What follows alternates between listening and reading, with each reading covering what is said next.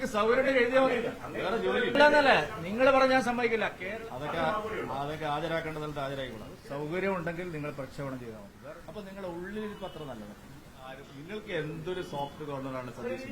നിങ്ങളുടെ ഉദ്ദേശം എന്താ?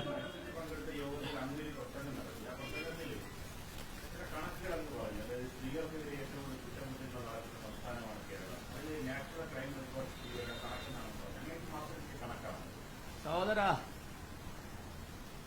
ഇന്നലെ ഇടുക്കിയിലെ കണ്ടായിരുന്നല്ലോ, കേരളത്തിൽ മാത്രമേ ഇത് നടക്കുള്ളൂ.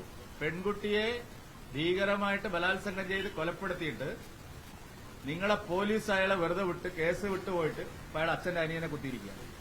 ക്രൈം ഈ നാട്ടിൽ ഏറ്റവും കൂടുതൽ ക്രമസമാധാന പ്രശ്നങ്ങൾ സ്ത്രീകൾക്കും കുട്ടികൾക്കുമെതിരെ നടന്നുകൊണ്ടിരിക്കുന്ന സംസ്ഥാനം കേരളമാണ്. നിങ്ങൾ ഇങ്ങോട്ട് വ്യാജ കണക്കുമായിട്ട് വരണ്ട. നിങ്ങൾ AKG സെന്റർ എന്ന് പുറപ്പെടുവിക്കുന്ന വ്യാജ കണക്കുകളല്ല. കേരളത്തിൽ ക്രമസമാധാന നില തകർന്നിരിക്കുന്നു എന്നുള്ള ഞാൻ പറഞ്ഞിരിക്കുന്നത് ഒരു വസ്തുതയാണ്. കൊച്ചുകുട്ടികൾക്കെതിരെ, പ്രായമായവർക്കെതിരെ, 80ഉം 90ഉം കഴിഞ്ഞവർക്കെതിരെ പോലും അതിഭീകരമായ കുറ്റകൃത്യങ്ങളാണ്. ഈ കഴിഞ്ഞ ആഴ്ച എറണാകുളത്ത് വീണ്ടും ഒരു അന്യസംസ്ഥാന തൊഴിലാളി വീണ്ടും നമ്മുടെ ഒരു പെൺകുട്ടിയെ അതിഭീകരമായ ബലാത്സംഗത്തിന്. വേറെ എവിടെയാണ് റിപ്പോർട്ട് ചെയ്യുന്നത്? ഇപ്പോൾ UP-യിൽ എവിടെയാണ്?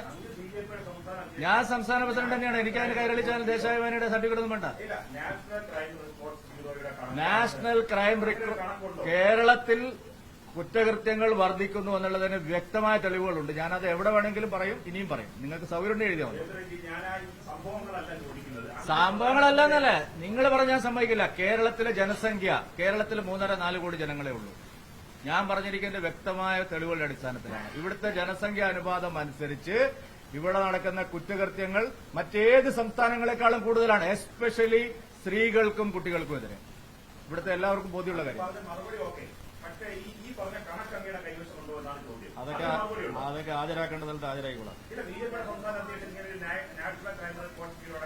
എന്റെ കയ്യിൽ ഞാൻ പറഞ്ഞതിന് ഞാൻ താങ്കൾക്ക് വേറെ ജോലിയൊന്നുമില്ല സഹോദരൻ. ഞാൻ പറയണ ഞാൻ പറയില്ല. താങ്കൾക്ക് സൗകര്യം എഴുതിയാൽ മതി.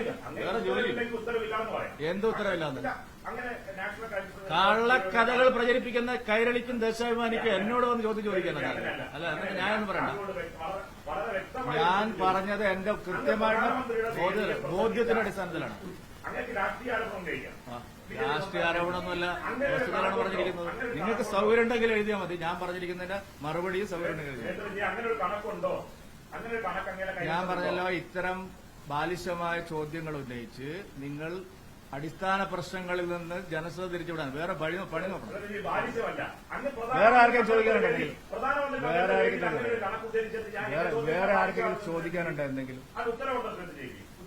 ഞാൻ ദേശാഭിമാനിക്കും കൈരളിയും ചോദിക്കുന്ന 100 ചോദ്യത്തിന് ഉത്തരം പറയാൻ വന്നതല്ല. സാധാരണ മാധ്യമപ്രവർത്തകർ ചോദിക്കുന്ന ചോദ്യത്തിന് ഉത്തരം. ശരി. ഞാൻ പറഞ്ഞല്ലോ, എന്റെ മറുപടി ഞാൻ പറഞ്ഞു കഴിഞ്ഞു. സൗകര്യമുണ്ടെങ്കിൽ നിങ്ങൾ പ്രക്ഷേപണം ചെയ്താൽ മതി. വേറെ എന്തെങ്കിലും പറയേണ്ട ചോദിച്ചു? ഈ VD സതീശൻ പ്രതിയായിട്ടുള്ള പുനർജനി കേസിൽ ഇന്നേ വരെ ഒരു ദിവസം VD സതീശനെ ചോദ്യം ചെയ്തിട്ടുണ്ടോ?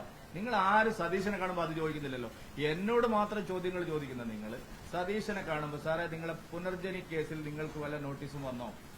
നിങ്ങൾക്കെതിരെ വല്ല അന്വേഷണവും ഉണ്ടോ? നിങ്ങൾ അന്ന് വിജിലൻസ് എടുത്ത കേസും മറ്റേ ഏജൻസികൾ എടുത്ത കേസും എന്തായി? അതിന്റെ പ്രാഥമികമായിട്ടുള്ള ഒരു പരിശോധനയെങ്കിലും നടന്നോ?